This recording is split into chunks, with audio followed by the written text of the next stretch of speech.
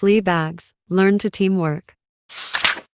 You know, they reckon Ken the Wizard and Clive the Magician had one of the best flea collections in world history. Those fleas were the cleverest, liveliest, strongest fleas of their era, and most useful for all sorts of spells. Ken and Clive never went anywhere without at least 1,000 fleas on them, always kept safely in one of their bizarre glass bags, so that everyone could appreciate the flea's special qualities. One time, Ken and Clive happened upon each other in a forest, chatting and joking. Time passed by quickly and they realized that it was so late that they would have to camp out in the forest that night. While they were sleeping, Clive the Magician sneezed with such magical violence that thousands of white-hot sparks shot out of his nose. Ken and Clive had left their precious fleas on some leaves for the night, and unfortunately, one of the sparks landed on a leaf and the whole lot set alight. As the fire started spreading, the two magicians continued sleeping, and their fleas began to look decidedly nervous. They were all terribly clever and strong, so each one of the fleas thought of their own strategy to escape the fire. However,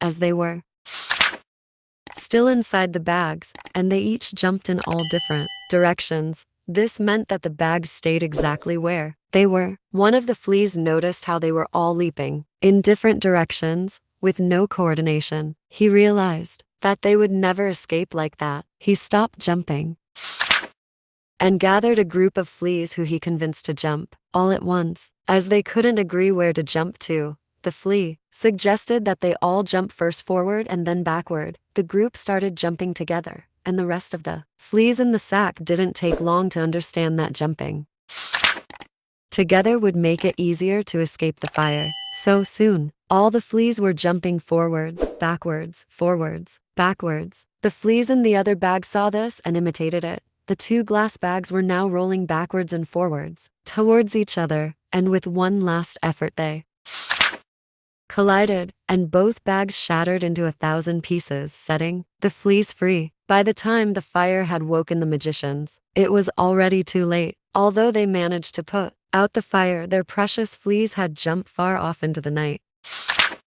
and nothing more was ever heard of those truly exceptional fleas. Although some people say that to this day they still work together to help each other survive the dangers of the wild.